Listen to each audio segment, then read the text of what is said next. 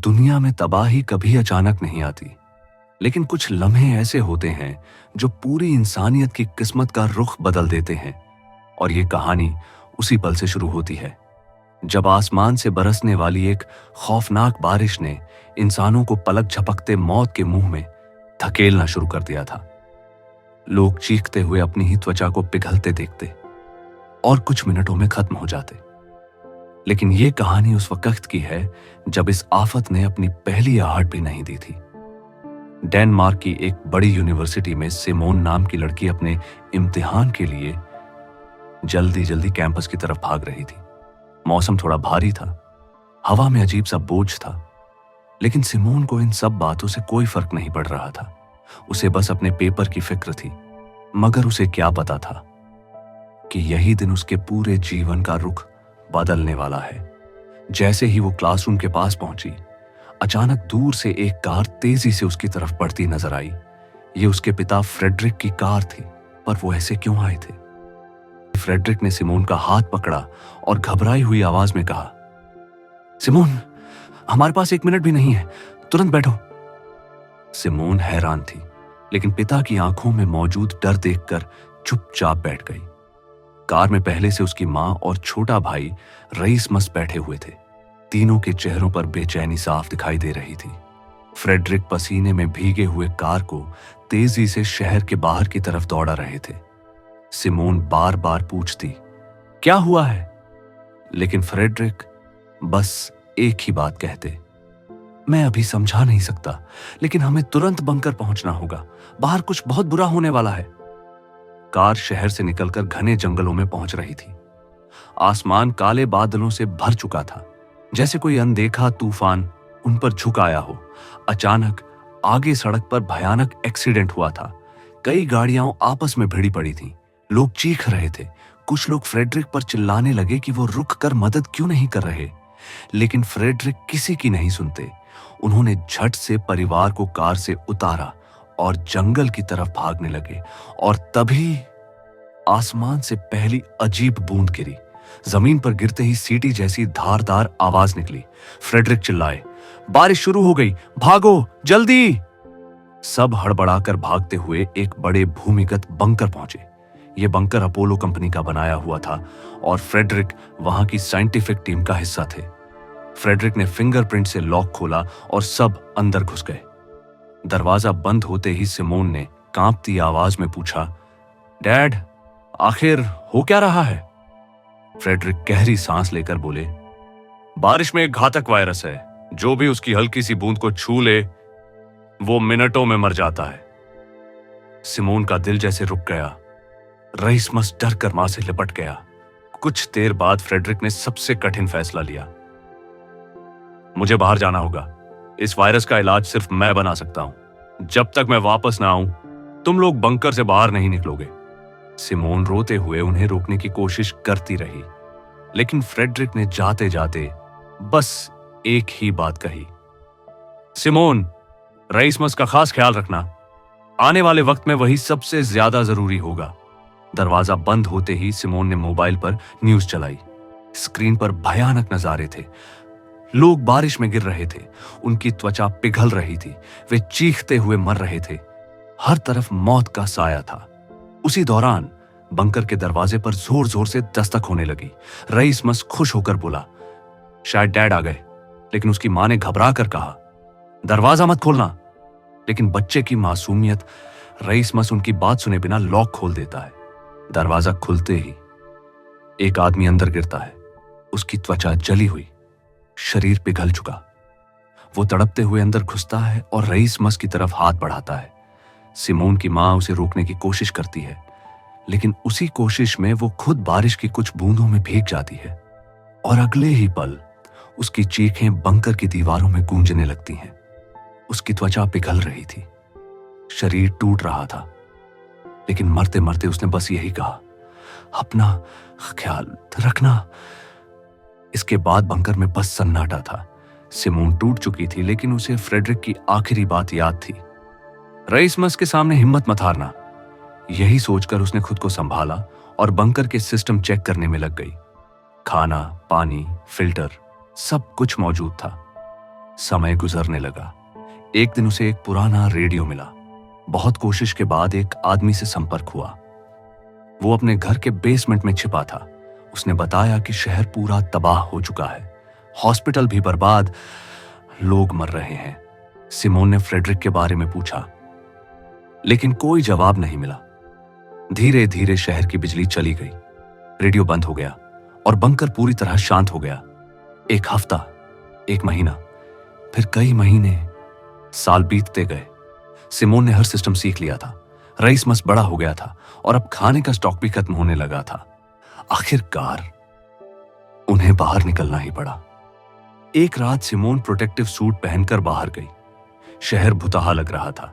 खाली सड़कें, टूटी कारें, जंग लगे बोर्ड और एक खंडहर बना हुआ हॉस्पिटल। अंदर एक भेड़िया आ गया। जान बचाकर सिमोन भागी और किसी तरह बंकर लौट आई। अब दोनों ने फैसला किया कि उन्हें एक नए बंकर तक पहुंचना ही होगा। लेकिन जाने से एक रात पहले बंकर का ऑक्सीजन सिस्टम खराब हो गया। सिमोन बेहोश हो गई। रईस मस ने किसी तरह उसे बाहर खींच लिया और हैरानी की बात यह थी कि अब बारिश उन्हें नुकसान नहीं पहुंचा रही थी। शायद वायरस खत्म हो गया था या बदल चुका था, लेकिन बाहर आते ही कुछ लोग उन्हें पकड़ लेते हैं। उनका लीडर था मार्टिन। वो उन्हें बंदूक की नोक पर वापस बंकर में बंद कर देता है। मार्टिन और उसकी टीम खाना तलाश करती है, लेकिन सिमोन का सारा स्टॉक पहले ही खत्म था। गुस्से में वो दोनों को कैद कर लेते हैं।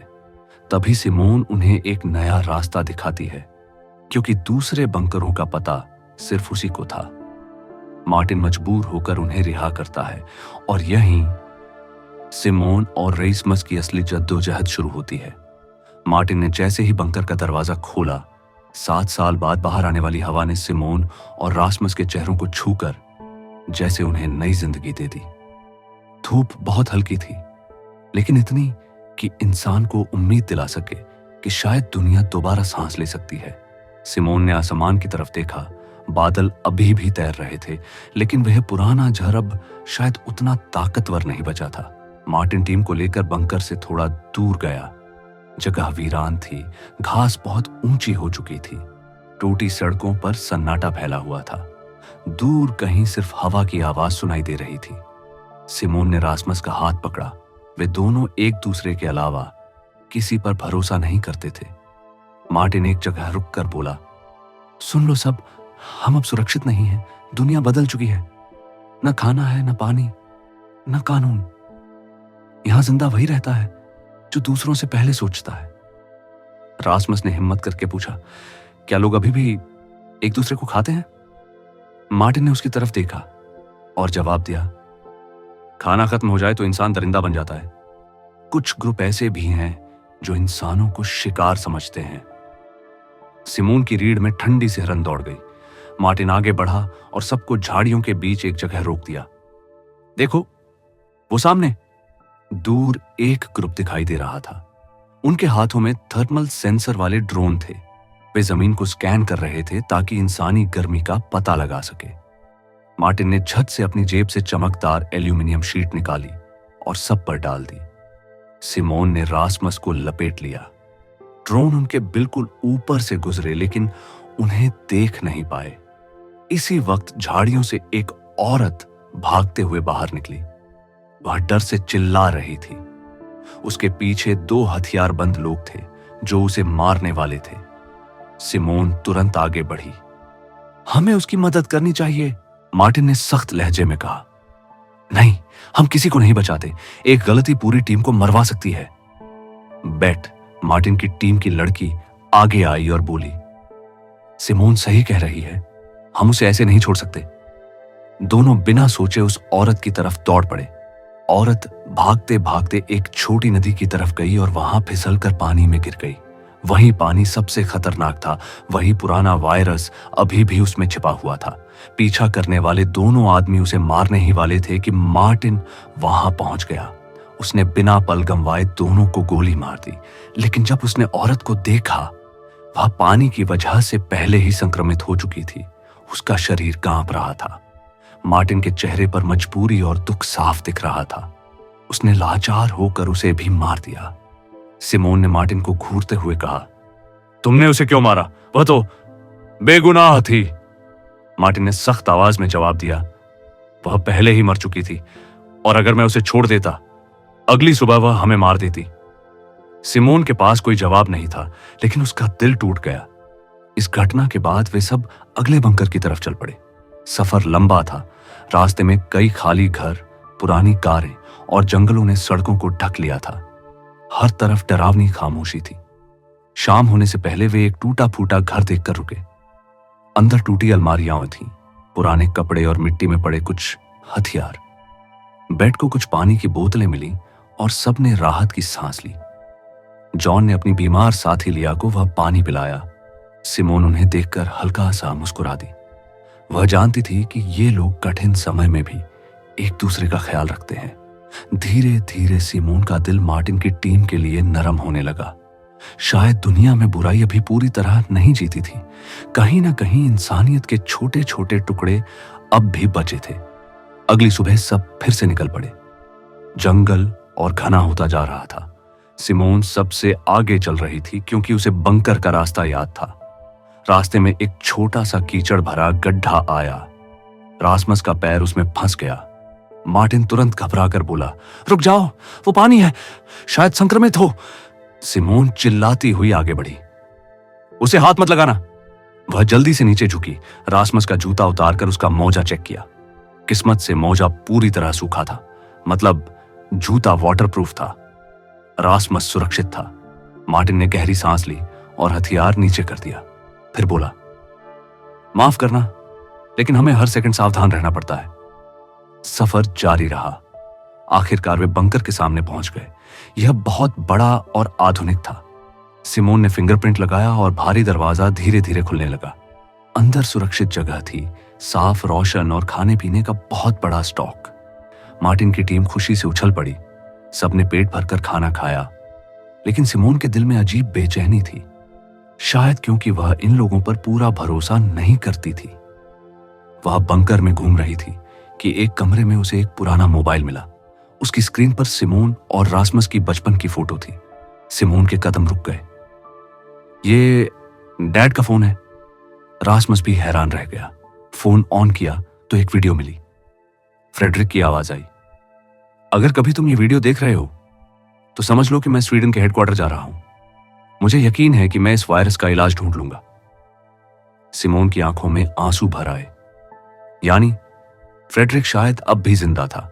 उसने तुरंत फैसला कर लिया कि वह स्वीडन जाएगी, चाहे रास्ता कितना भी खतरनाक क्यों ना हो। मार्टिन को जब बताया गया तो उसने साफ मना कर दिया, पागल हो गई हो। वो हेडक्वार्टर शहर के बीच में है, जहां सबसे ज्यादा हंटर्स हैं। तुम्हारे पिता की वीडियो 6 साल पुरानी है, शायद वो तभी मर चुके हों। सिमोन ने सख्ती से कहा, अगर 1% भी चांस है कि वो जिंदा है, मैं जाऊंगी। मार्टिन ने फिर समझाया, लेकिन सिमोन नहीं मानी।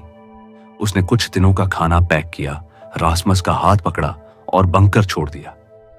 चुपके से जॉन, लिया और बेट भी उनके पीछे चल पड़े। वे जानते थे कि सिमोन ने उन्हें बचाया था, इसलिए उसे अकेला छोड़ना गलत होता। शहर में कदम रखते ही सड़कें वीरान, आधी टूटी और लटकी हुई इमारतें दिखी। जगह जगह मिसिंग पीपल के पोस्टर लगे थे। सिमोन एक ग्रिल के पास रुकी, जहां एक छोटा लड़का दूसरी तरफ अकेला खड़ा था।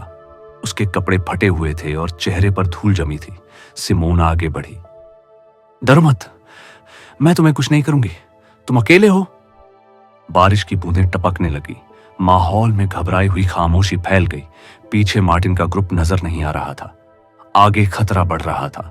हवा का हर झोंका चेतावनी दे रहा था कि कुछ बड़ा होने वाला है।